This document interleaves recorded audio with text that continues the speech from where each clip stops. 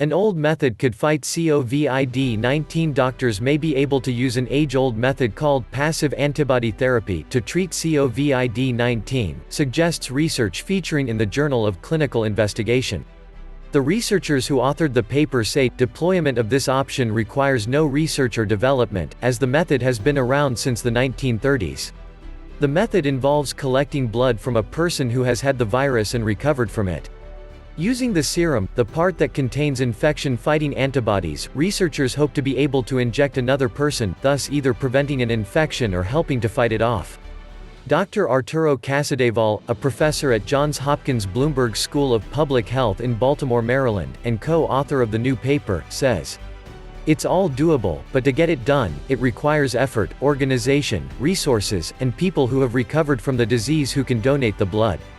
Our immune system could defeat the virus." A new case study, appearing in the journal Nature Medicine, documents the case of a COVID-19 patient who recovered from the condition within days.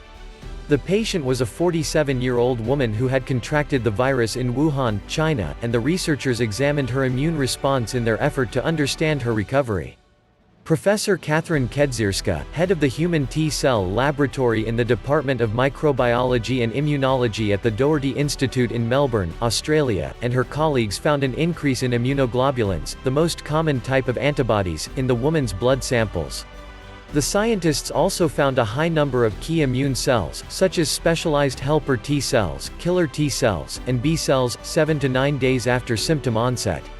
This is an incredible step forward in understanding what drives recovery of COVID-19.